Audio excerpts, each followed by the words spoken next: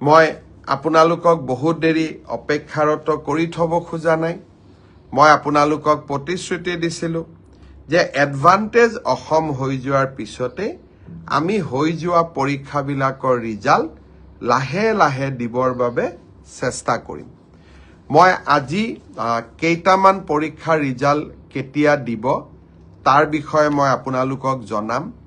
গোটেই কেইটা পৰীক্ষাৰ ৰিজাল্ট কেতিয়া দিব সেই বিষয়ে জনাবৰ বাবে মই আজিয়ে সক্ষম নহম, কিন্তু কেইবাটাও পৰীক্ষাৰ ৰিজাল্ট আমি কেতিয়া দিম তাৰ বিষয়ে মই আপোনালোকক আজি জনাব বিচাৰিম। মই আগতে কৈছোঁ যে পৰীক্ষাৰ ৰিজাল্ট কি হ'ব। আচলতে আপোনালোকে মোক সুধিছে, আচলতে আপোনাক ডেটটোৰ প্ৰয়োজন, কাৰণ ৰিজাল্ট কি হ'ব তাক আপোনালোকে সকলোৱে নিজে জানে। সকলোৱে OMRCত ডাউনলোড কৰি লৈছে।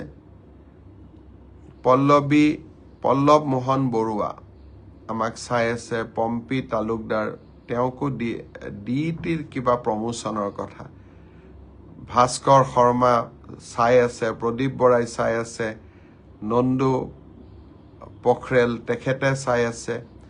আজি এটা ভাল খবৰ দিওঁ, মই পাহৰিয়ে গৈছিলোঁ।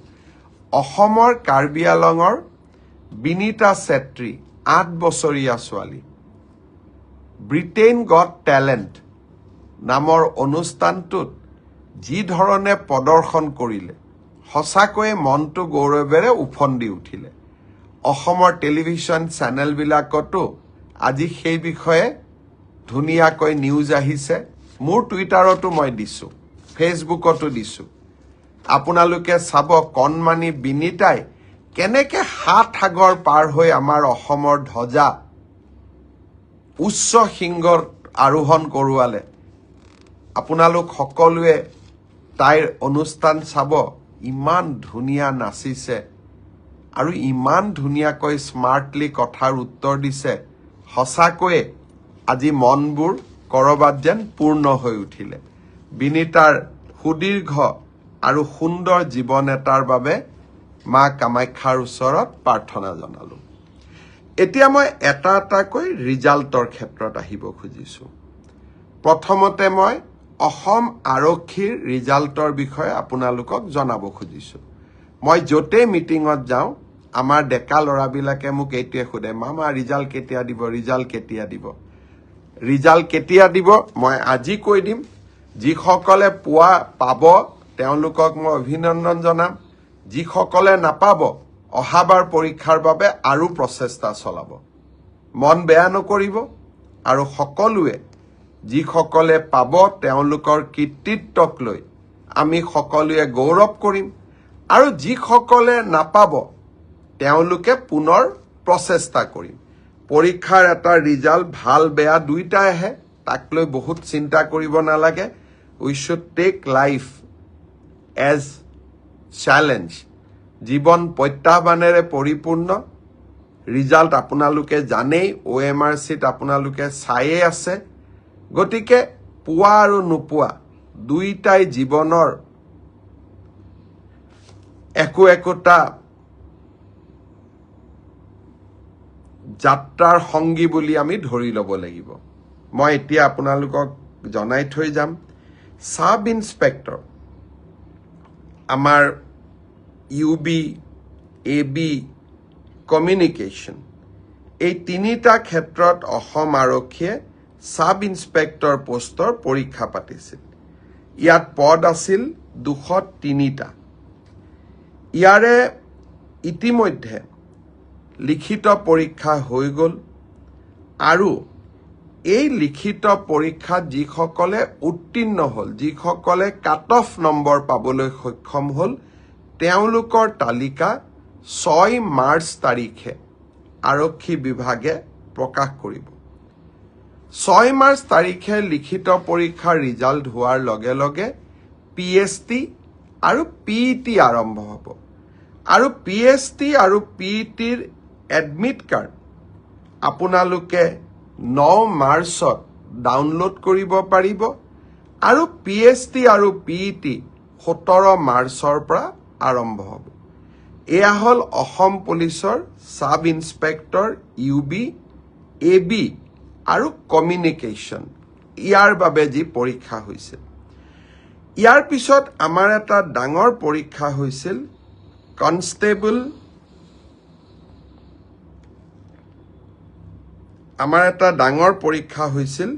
সেইটো হ'ল constable UB constable AB constable communication আৰু sub officer fire and emergency service কনষ্টেবলৰ UBত পোষ্ট আছিল 1760টা কনষ্টেবল ABত পোষ্ট আছিল 2301টা কনষ্টেবল কমিউনিকেশ্যনত পোষ্ট আছিল 466টা আৰু সাব অফিচাৰ ফায়াৰ ছাৰ্ভিচত পোষ্ট আছিল মাত্ৰ এটা এই গোটেই পৰীক্ষাটোৰ ইতিমধ্যে PST আৰু PET কমপ্লিট হ'ল এই পৰীক্ষাটোৰ যিসকলে PST PETত কোন পাছ কৰিলে ইয়াৰে ৰিজাল্ট অসম আৰক্ষীয়ে 12 মাৰ্চ তাৰিখে ঘোষণা কৰিব অৰ্থাৎ কনষ্টেবল UB AB পৰীক্ষাৰ প্ৰথম ৰিজাল্ট 12 মাৰ্চ তাৰিখে প্ৰকাশিত হ'ব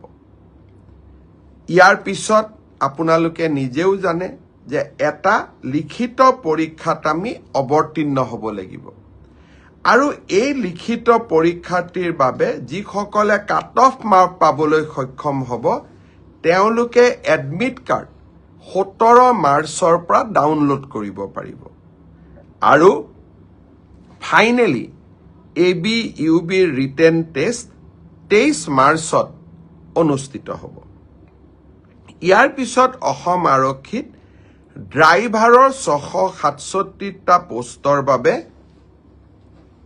PST আৰু PET অনুষ্ঠিত হৈছিল এই ড্ৰাইভাৰৰো PST PETৰ পৰীক্ষাৰ ৰিজাল্ট অহা পৰহি দিনাখন অৰ্থাৎ 4 মাৰ্চ তাৰিখে অসম আৰক্ষীয়ে ঘোষণা কৰিব ইয়াৰ পিছত স্বাভাৱিকভাৱে ড্ৰাইভিং টেষ্ট হ'ব আৰু ড্ৰাইভিং টেষ্টৰ পৰীক্ষাৰ বাবে এডমিট কাৰ্ডো 4 তাৰিখৰ পৰা লাভ কৰিব পাৰিব আৰু ৰিটেন টেষ্ট